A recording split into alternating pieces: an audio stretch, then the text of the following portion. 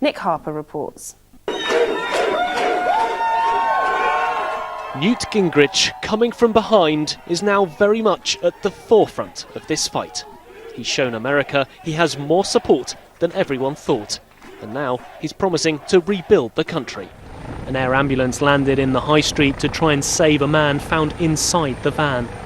But eyewitnesses who filmed that told me today that police didn't discover the man for about 30 minutes. If that's the case, why did it take them so long to find him in the back of that small transit van? And if they'd found him sooner, would he still be alive? A fitting final arrival, slipping out of the mist like the ghost ship she will now become. She arrived to the sound of Rule Britannia at a time when Britain no longer rules the waves. Budget cuts mean the Royal Navy's flagship is being decommissioned 3 years early, making this a homecoming no one wanted to see. The flight deck's quiet for now. In fact, there'll be very little happening here on board until the decommissioning ceremony here in Portsmouth in March. After that, she'll be sold, potentially recycled, or perhaps after 25 years of service as the Royal Navy's flagship, she could just simply be scrapped. Nick Harper has the latest. Security breached as flames rise from inside Karachi's naval base. The streets fill with the sounds of chaos and the attempts to control it. This, the work of the Pakistani Taliban. They say to avenge the death of Osama bin Laden. But with it, they've once again undermined the military.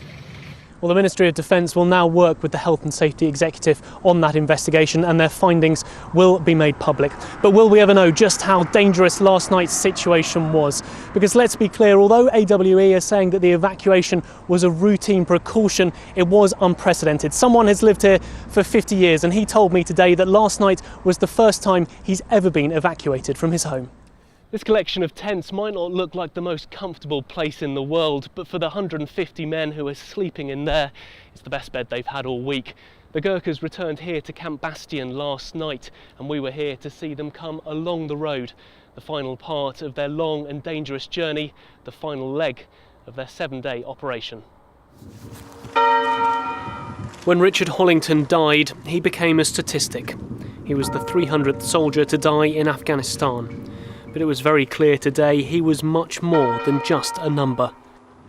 Hundreds of people, too many to fit into the church, came today, each with kind words for Richard. This is Korogocha, one of Nairobi's main slums, where more than 100,000 people live in very close, cramped and difficult conditions. And over the years, HIV and AIDS has only made that harder for the men, women and children who live here. Well, the prosecution this morning have been outlining their case against Gulamir Akhtar, who they claim killed his ex-girlfriend, Asha Munir. And they say that on the night that she died, Akhtar set out to find her and to kill her. He did so because he was obsessed with her and had been harassing her, simply because she had split up with him. These are the knots and ropes, straps and clips that can save lives. If things go wrong, the team only have themselves to rely on. This crevasse, about 40 metres deep, is comparatively small to the ones that they'll be facing in Antarctica.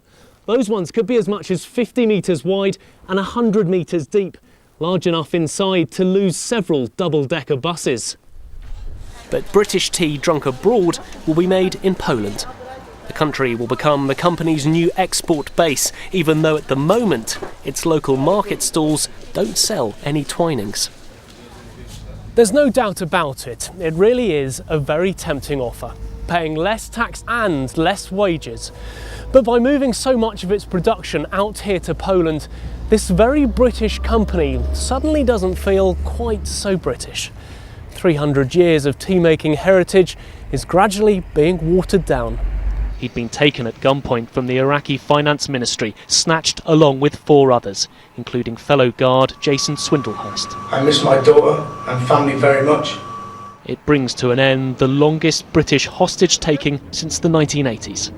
And for Alan's family, an end to many years of waiting, bringing closure but only a little comfort.